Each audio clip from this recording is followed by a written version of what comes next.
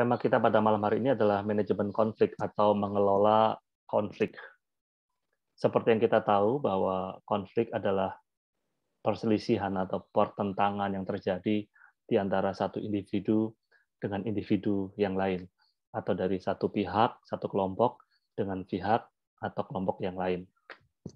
Dan kita sebagai manusia tentu sangat lazim ya, atau kita bisa dengan mudah melihat contoh konflik itu di sekitar kita. Bahkan mungkin kita sendiri juga pernah mengalami atau bahkan sedang mengalami konflik, yaitu perselisihan atau pertentangan yang terjadi di antara pihak yang kita ada di situ dengan pihak yang lain, gitu ya. Nah, pada waktu saya SMP, saya pernah melihat satu konflik ya yang terjadi di sebuah gereja di mana saya pernah terlibat pelayanan di dalamnya. Saya melayani di sekolah minggu pada waktu itu, tapi juga terlibat di dalam pelayanan umum meskipun saya masih SMP ya sebagai pemain musik. Suatu malam itu setelah ada persekutuan doa malam gitu antara para aktivis, gembala sidang dan diaken atau penatua gitu ya. Setelah kami memuji, menyembah Tuhan, mendengarkan sabda Tuhan gitu ya. Lalu terjadi adu argumen ya antara diaken dengan gembala sidang. Dan itu adalah konflik pertama dalam hidup saya yang saya lihat terjadi di dalam konteks gerejawi. Ketika seorang gembala sidang di dalam persekutuan doa itu berbicara ya dengan diaken berbicara dengan gembala sidang, dan ada satu kalimat gembala sidang yang saya masih ingat gitu ya. Baik, jika demikian apa yang kita perbincangkan ini sudah selesai ya Bapak Ibu. Saya ingat kalimat itu dibalas oleh diaken yang mengatakan, oh tidak bisa Pak. Diskusi kita ini belum selesai Pak. Bapak tidak bisa menyelesaikan begitu saja. Dan dengan nada tinggi, kalimat itu diteruskan. Dan saling berbalas gitu ya. Sehingga di dalam percakapan itu bukan menjadi percakapan yang hangat, percakapan yang ada sukacitanya, tetapi percakapan dengan nada tinggi, dengan emosi. Padahal pada waktu itu kami baru saja menyelesaikan doa malam atau persekutuan doa ketika memuji menyembah Tuhan, ada renungan sabda Tuhan juga. Dan itu adalah pertama kali saya melihat ada konflik yang terjadi dalam konteks gerejawi. Nah, di sisi lain juga ketika saya bekerja bertahun-tahun kemudian, saya pindah kota dan saya berkarya di suatu institusi, saya melihat ada konflik juga yang terjadi di antara pekerja atau staf di institusi tersebut atau di kantor tersebut. Dan ini dalam konteks pekerjaan, di dalam konteks mungkin bisa dibilang profesional ya. Konflik yang terjadi karena komunikasi. Dan saya melihat dua pihak ini, dua orang kawan saya ini adalah orang-orang yang baik sebenarnya, tetapi karena yang satu berpendapat bahwa apa yang dilakukan yang lainnya itu keliru, sementara yang satunya menganggap bahwa dia benar, dia layak melakukan itu, dan sama-sama mempertahankan pendapatnya, dan konflik tidak bisa dihindari. Itu adalah dua contoh konflik yang saya pikir teman-teman bisa menambahkan ya, contoh konkretnya bagaimana konflik itu bisa saja terjadi. Dan teman-teman di dalam pelayanan maupun di dalam konteks apapun kehidupan kita, konflik niscaya terjadi. Di dalam perjanjian lama terjadi konflik, bahkan di antara para rasul sendiri pun bisa terjadi konflik. Kita tahu Paulus dan Barnabas, Paulus dengan Petrus, lalu ada sidang di Yerusalem yang dilakukan ya untuk membahas atau menyelesaikan suatu isu di dalam pelayanan Kristiani dan lain sebagainya. Ini adalah contoh-contoh konflik yang nyata yang terjadi di dalam konteks pelayanan Kristiani.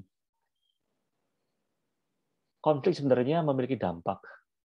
Ada dampak negatif dan tentu ada dampak positifnya gitu ya. Kalau orang pacaran itu yang saya tahu ya, setelah ada konflik tapi bisa diselesaikan, maka justru sesudah konflik itu ada dampak positifnya, menjadi semakin sayang, menjadi semakin rekat gitu ya. Dan kalau melihat cerita-cerita dari kawan-kawan yang sudah berkeluarga, ada konflik-konflik yang terjadi di relasi pasangan suami istri ini, dan ketika bisa diselesaikan, justru konflik ini berdampak positif, yaitu ya mereka saling memahami, besok-besok tidak melakukan hal-hal yang pasangannya tidak inginkan atau tidak kehendaki gitu ya. Dan konflik menjadi positif karena diselesaikan dan memberi pelajaran bagi pihak-pihak yang mengalaminya ya. Jadi teman-teman di sini yang sudah berkeluarga tentu memahami itu dan nanti bisa memperkaya diskusi kita. Tetapi konflik juga memiliki dampak negatif, dan yang paling parah adalah perpecahan, keretakan yang tidak bisa disatukan lagi, perpecahan, bahkan saling membenci. Dan mungkin 1-2 kali saya pernah melihat situasi seperti ini terjadi ya. Ketika konflik itu tidak diselesaikan, maka dampak terburuklah yang terjadi di antara kedua belah pihak. Dan itu sangat disayangkan, apalagi jika konflik itu terjadi di antara anak Tuhan, di antara umat Kristiani sendiri, dan patut disayangkan. Pertanyaannya sekarang, mengapa terjadi konflik? Kenapa bisa sampai ada konflik, bahkan di antara umat Tuhan sendiri? Kalau mungkin di luar umat Kristiani atau di luar tembok gereja, di luar pelayanan Kristen, mungkin saja kita bisa berkata bahwa, oh ya, dia mungkin belum mengenal firman Tuhan, mungkin dia belum mengenal Kristus, gitu ya. Tapi pertanyaannya sekarang, saya detailkan ya, mengapa bisa terjadi konflik bahkan di antara umat Tuhan sendiri yang sudah mengenal firman, yang sudah percaya Tuhan Yesus. Mengapa terjadi demikian? Tentu kita sama-sama tahu, dan saya sekedar mengingatkan saja, bahwa terjadi konflik pertama karena natur dosa kita. Markus 2 ayat 17 itu mengatakan, aku datang bukan untuk memanggil orang benar, kata Yesus, melainkan orang berdosa. Jadi Yesus sejak awal sudah tahu, jelas, sangat clear, bahwa dia tidak memanggil orang benar, orang yang sudah sempurna, orang yang tanpa celah, tetapi orang berdosa. Dan kita adalah orang yang berdosa. Meskipun kita sudah mengenal firman Tuhan, kita sudah aktif melayani, bahkan kita sudah merasakan kasih Kristus sendiri, merasakan jamahan Tuhan sendiri, bahkan menerima jaminan keselamatan dari Tuhan Yesus sendiri. Tetapi tetap kita memiliki natur dosa. Dan ketika kita memiliki natur dosa itu, kita bisa saja cenderung untuk melakukan apa yang menjadi ekspresi dosa. Salah satunya adalah mempertahankan ego masing-masing, dan seperti apa yang dikatakan oleh Paulus dalam Galatia 5:15, jikalau kamu saling menggigit dan saling menelan, awaslah supaya jangan kamu saling membinasakan. Jadi menurut saya ternyata sebagai seorang Kristiani, sebagai orang yang sudah mengenal firman, percaya Tuhan Yesus, kita bisa memiliki kecenderungan untuk saling menggigit, saling menelan. Dan Paulus mengatakan, awas, supaya jangan kamu saling membinasakan. Bukankah kita juga pernah melihat di dalam kehidupan kita sendiri, atau bahkan mungkin kita pernah mengalami ya, bagaimana ego kita begitu berkobar dan membara, sehingga tanpa sadar kita mengakibatkan konflik-konflik yang sebenarnya tidak perlu. konflik-konflik yang sebenarnya itu tidak sampai terjadi kalau kita sedikit saja mau menahan ego kita, menahan perasaan ingin diakui, ingin dihormati. Dan teman-teman saya pada waktu masuk di dalam dunia politik ya beberapa tahun lalu, saya juga melihat hal seperti ini terjadi di dalam dunia politik. Dan saya kok melihat apa yang terjadi di dalam dunia politik, juga bahkan di sebagian gereja mungkin di dalam komunitas pelayanan, itu mirip-mirip ya. Ego atau natur dosa yang dibiarkan terekspresikan dengan leluasa, itu membuat konflik-konflik yang tidak perlu.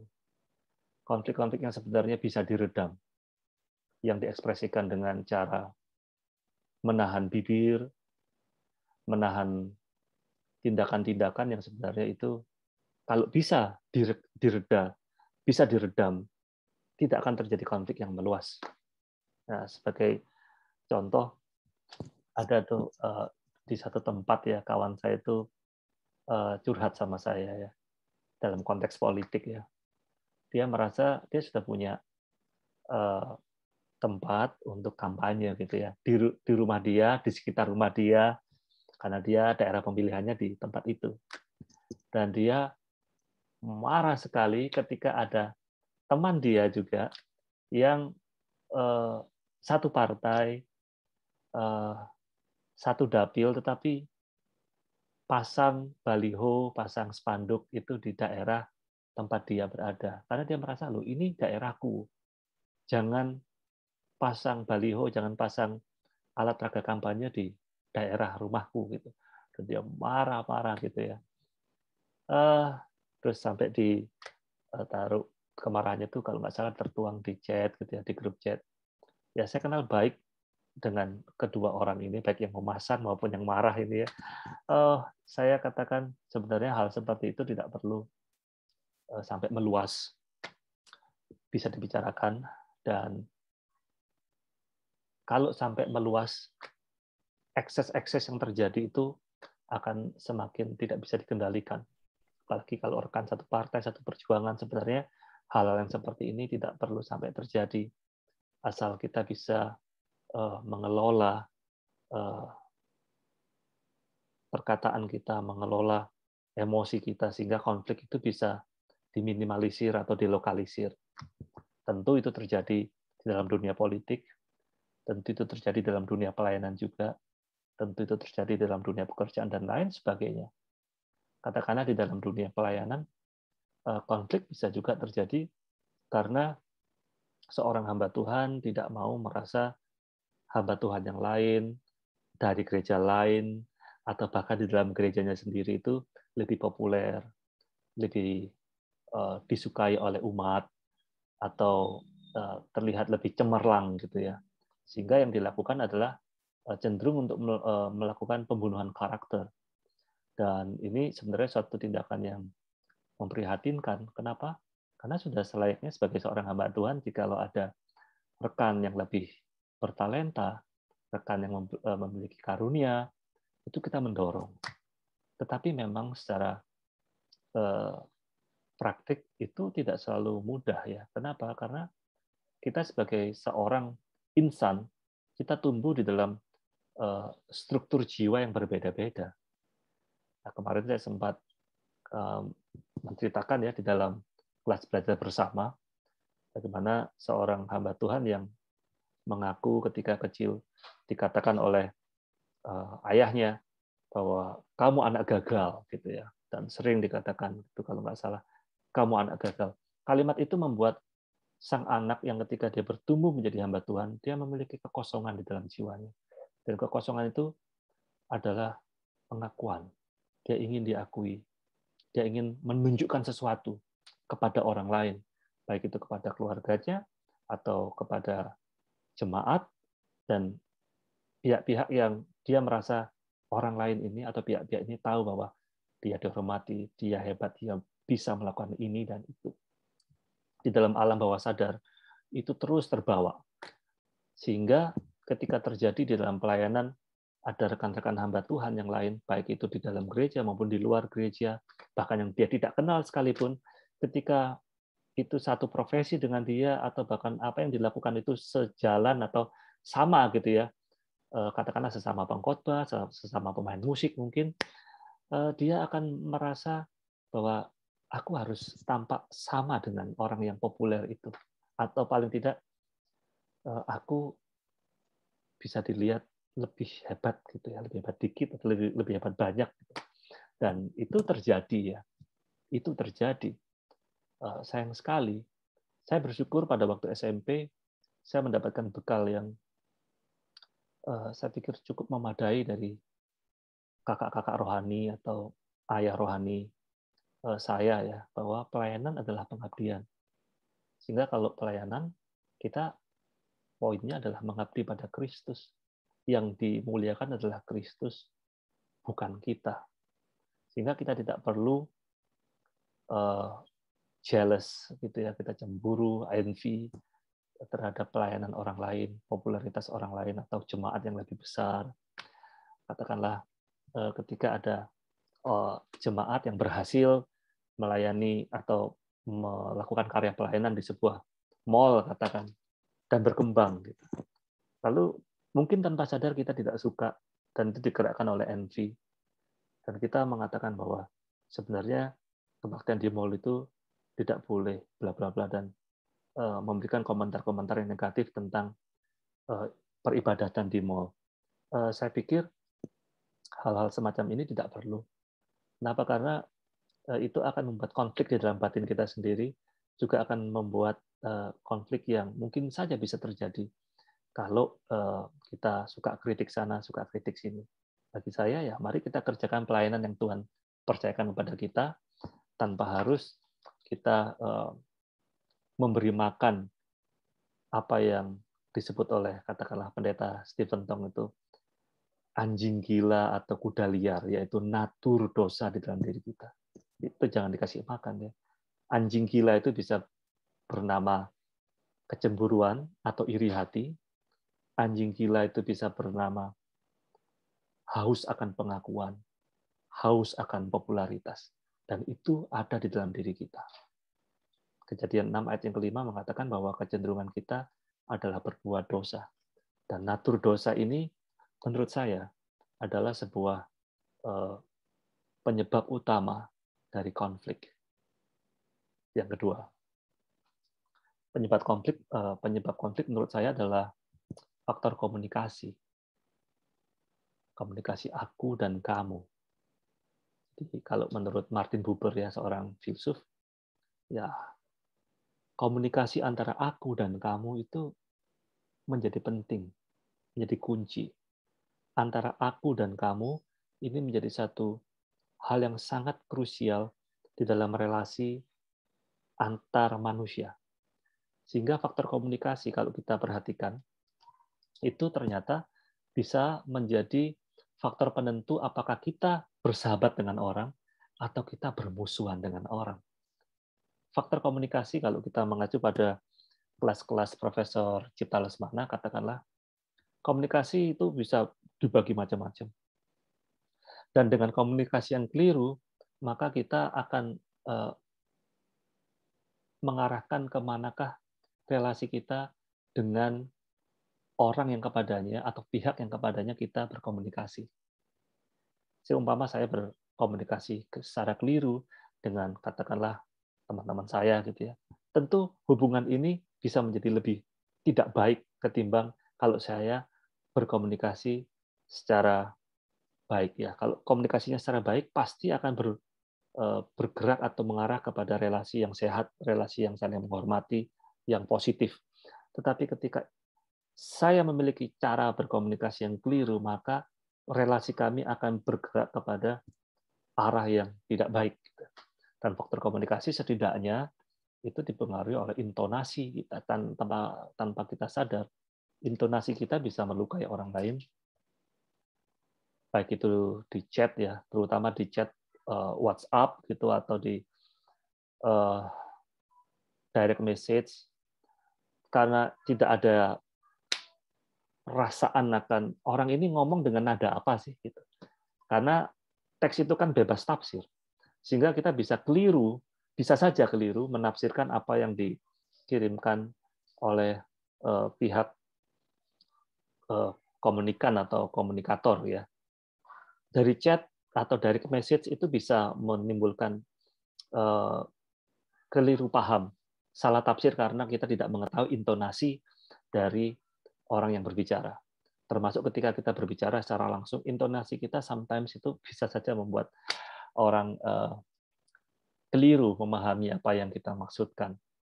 Termasuk style bossy ya, ngebosin gitu, suka perintah-perintah, bahkan merendahkan, bullying.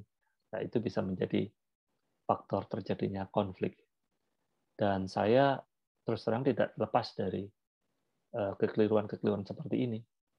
Suatu ketika pada waktu saya SMP, saya itu melihat ada seorang teman di sekolah kami ya, yang dia itu karena mungkin bentuk tubuhnya, warna kulitnya juga sering dibully ya sama teman-teman ya, sama kami, termasuk saya juga.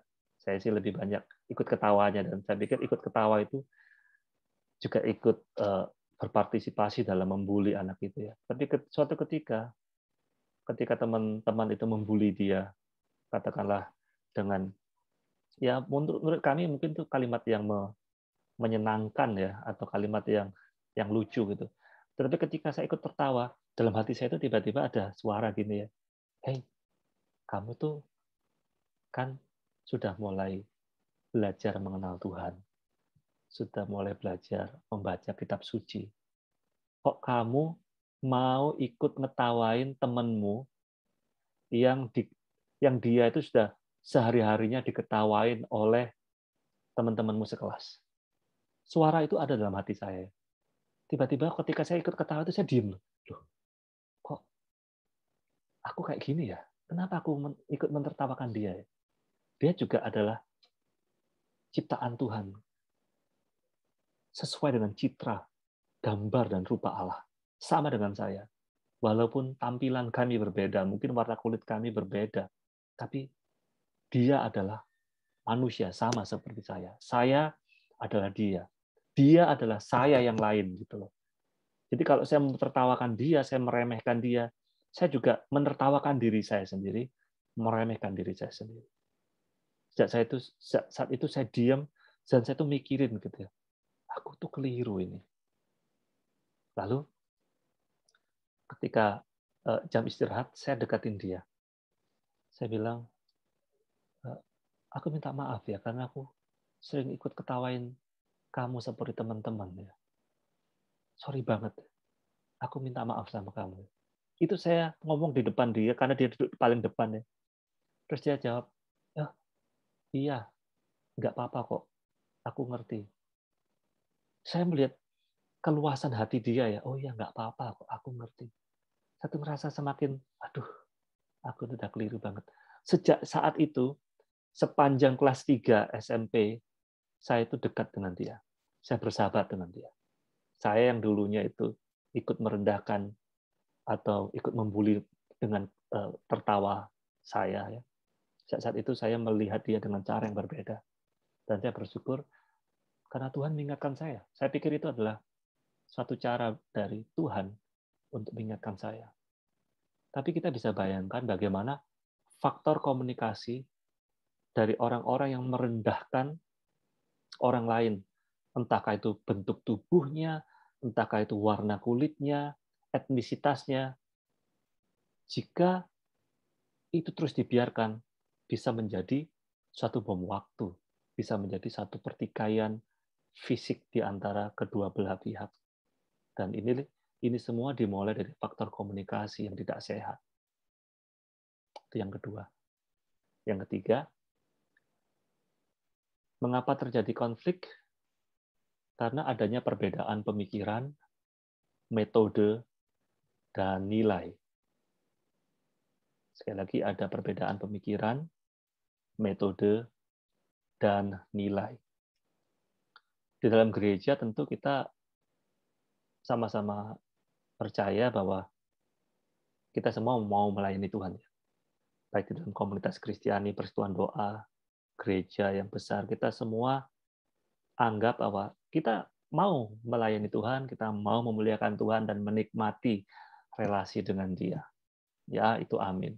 Tetapi dalam realitas, orang-orang yang keinginannya sama, yang tujuannya sama ini, secara teknis, memiliki pemikiran yang berbeda, memiliki metode atau cara yang berbeda, bahkan nilai yang berbeda.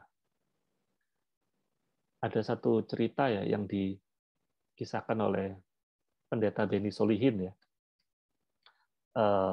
ketika di dalam satu gereja komisi wanitanya itu hampir pecah kalau nggak salah, dan mereka mengadu kepada gembala sidang mereka. Komisi wanita ini berdebat antara di dalam suatu acara kita menggunakan nasi tumpeng atau nasi kuning kalau nggak salah. Nah, mau yang nasi kuning banyak yang mendukung, tapi yang tumpeng juga banyak gitu. Jadi ini mau pakai yang mana gitu. Karena kedua pilihan ini sama-sama ada pendukungnya dan sama-sama baik kan sebenarnya, tapi sama-sama nggak mau ngalah gitu. Dan hampir pecah komisi wanita itu. Saya pernah baca itu beberapa tahun lalu ya di dalam bukunya Pendeta Benny Solihin. Mungkin buat kita lucu aja gitu, masa sih gara-gara kita mau makan apa dalam satu acara gitu kok sampai terjadi hampir skisma dalam tanda kutip atau perpecahan di dalam satu komisi atau persekutuan kaum wanita. Ya mungkin buat kita lucu, tetapi seringkali ini terjadi di dalam pelayanan Kristiani atau bahkan di dalam konteks lain yang bukan Kristiani. Sama-sama tujuannya baik, sama-sama tujuannya itu mulia, tetapi dengan pemikiran yang berbeda, cara yang berbeda, nilai yang berbeda, itu bisa terjadi konflik horizontal. Dan nanti saya harap teman-teman bisa memperkaya di bagian ini juga. Dan yang terakhir, mungkin ini teman-teman bisa setuju dengan saya, bisa juga enggak apa-apa. Ini saya hanya menawarkan saja. Mengapa terjadi konflik? Faktor yang keempat itu adalah pencobaan dari si jahat. Sekali lagi, pencobaan dari si jahat ya, itu bisa saja terjadi, dan memang ketika Tuhan Yesus itu mengajarkan kita berdoa, doa Bapa kami tentunya, di salah satu bagian doa Bapa kami, Tuhan Yesus itu kan mengatakan bahwa bebaskan kami dari yang jahat ya. Bebaskan kami atau jangan bawa masukkan kami dalam pencobaan, tetapi bebaskan kami dari yang jahat. Jadi ada faktor si jahat ini yang memang dari dia kita perlu dibebaskan. Dari dia kita perlu setiap hari itu minta agar Tuhan tuh membebaskan diri kita dari dia. Karena si jahat dari awalnya, dari sejak mulanya itu mencuri, membunuh, dan membinasakan. Dia ingin merusak relasi yang baik, dia ingin merusak relasi yang harmonis, karena memang itu adalah tujuan dia. Dia benci Tuhan, dan dia juga benci orang-orang yang mencintai Tuhan. Dia benci Yesus. Dia mencobai Yesus. Apalagi kita. Kita juga dibenci sama si jahat. Dan dia berusaha menjadikan kita bulan-bulanan dia. Nah, Pendeta Yakub Susabda itu mengatakan bahwa 1 dari 5 atau 6 faktor yang mempengaruhi hidup manusia itu salah satunya adalah satanic influence ya. Jadi kehidupan kita ini menurut Dr. Yakub Susabda kan dipengaruhi oleh God's the great law ya, ada satu ketetapan Allah ya. Lalu ada God's moral law, hukum moral Tuhan. Lalu ada God's natural law, hukum alamnya Tuhan gitu ya, matahari terbit dari timur, tenggelam di barat. Seperti itu, kita nggak bisa mengubahnya gitu. Itu adalah God's natural law gitu ya. Ada hukum gravitasi, ya itu adalah God's natural law. Dan hidup kita itu dipengaruhi juga oleh tanggung jawab manusia, tetapi hidup kita juga bisa dipengaruhi oleh faktor atau pengaruh si jahat. Dan dalam satu cerita ya, seorang hamba Tuhan ini dari tradisi Pentakosta itu pernah cerita bahwa dia itu kok berantem sama suaminya tanpa ada alasan yang kuat gitu loh untuk berantem. Sehari, 2 hari kok konflik terus sama suaminya. Jadi si ibu ini ngajak suaminya berdoa, "Pak, kita kok berantem terus, tapi kayaknya kok nggak ada yang ini ya, nggak ada alasan yang kuat buat kita tuh seharusnya berantem. Tapi kok kita hubungannya kayak gini ya." Ini seorang pasutri hamba Tuhan di Surabaya ya. Lalu mereka berdoa. Dan di dalam doa, kesaksian ibu pendeta ini adalah dia mendapatkan satu penglihatan dari Tuhan gitu ya, bahwa ada satu roh gitu yang kata ibu ini yang sedang mencobai dia dan suaminya, dan roh itu ada tinggal di atas pohon yang ada dekat rumahnya. Dan suami istri ini berdoa, menengking, menolak dan mengusir roh itu keluar dari rumah mereka, keluar dari atau pergi dari pohon di mana pohon itu ada di depan rumah mereka gitu ya. Nah, mungkin buat kita yang berasal dari tradisi non Pentakosta tidak percaya ini tidak ada masalah, tetapi ini sesuatu yang diceritakan oleh seseorang yang bagi saya dia sangat bisa dipercayai, bahwa ada kuasa jahat yang ingin mencobai hubungan dia dan suaminya, dan ketika dia berdoa sungguh-sungguh dan ketika dia merasakan Tuhan berbicara kepada dia, menunjukkan kepada dia suatu penglihatan seperti itu, dan dia akhirnya bisa bergerak mengusir kuasa jahat itu yang memang sengaja ingin mencobai keluarga ini. Dan saya sering mendengar kesaksian semacam ini ya, baik itu dari hamba Tuhan yang ada di kota maupun hamba Tuhan yang ada di pedalaman seperti itu, bagaimana kuasa-kuasa jahat itu ingin merusak relasi di dalam pelayanan mereka. Sekali lagi ini adalah suatu usulan saja yang saya berikan kepada teman-teman.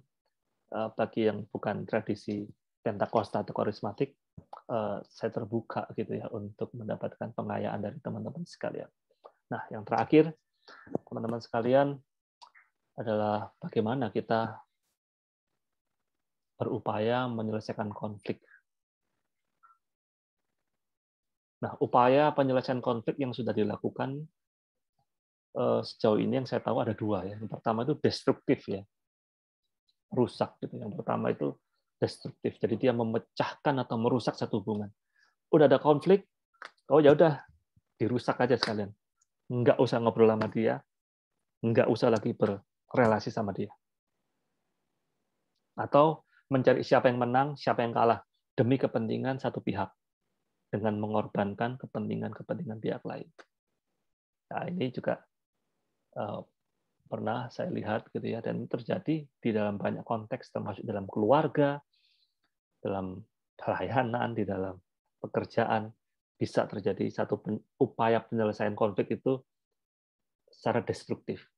Dan saya pikir ini tidak menyelesaikan masalah ya, karena rusak gitu, hubungan itu rusak.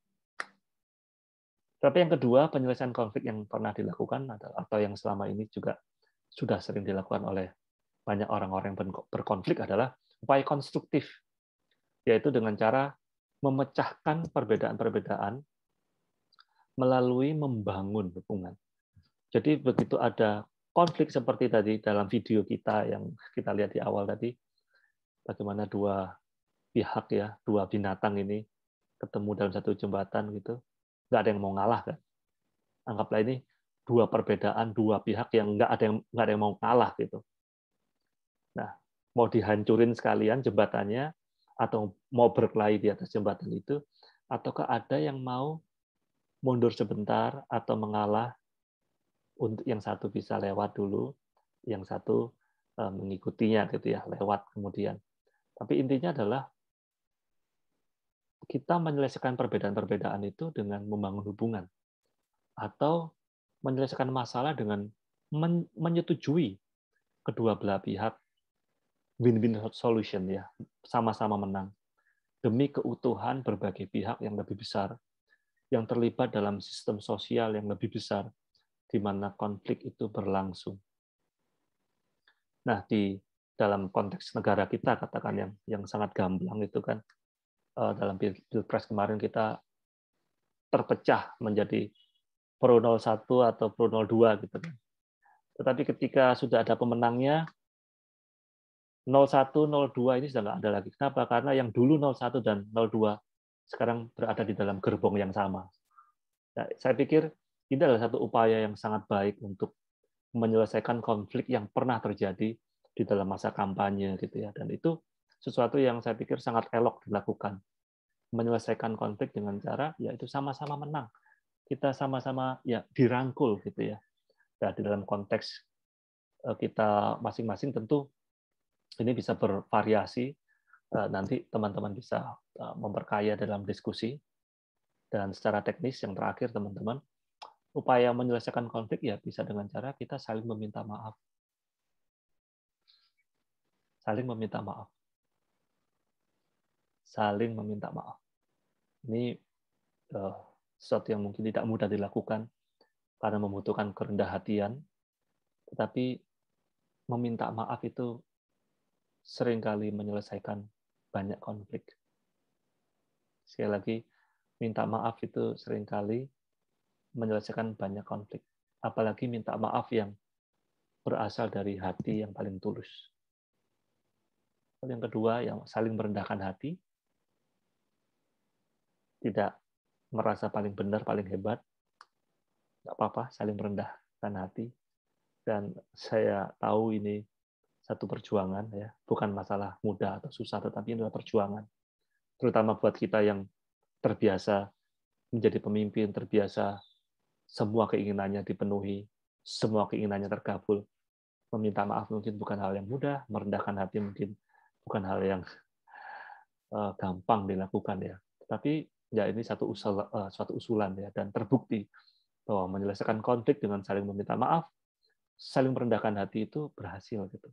Dan yang terakhir yang tidak kalah penting adalah kita meningkatkan skill komunikasi agar dalam komunikasi itu kita bisa memenangkan musuh kita, mendamaikan diri kita dengan musuh kita, dan musuh kita itu sudah tidak lagi menjadi musuh, tetapi menjadi rekan kita, menjadi sahabat kita. Meningkatkan skill komunikasi. Seperti kata pepatah Tiongkok kuno ya, musuh pun bisa didamaikan di meja makan. Artinya di dalam meja makan itu kan kita berdialog. Di dalam meja di sekitar meja makan bisa berkomunikasi. Dan dalam komunikasi itu yang dulunya dua pihak berseteru menjadi satu pihak yang utuh, yang saling menghormati, saling menghargai. Baik teman-teman, saat ini saya akan ajak teman-teman untuk berdiskusi terkait topik yang sudah kita sama-sama dengarkan pada malam hari ini. Silakan.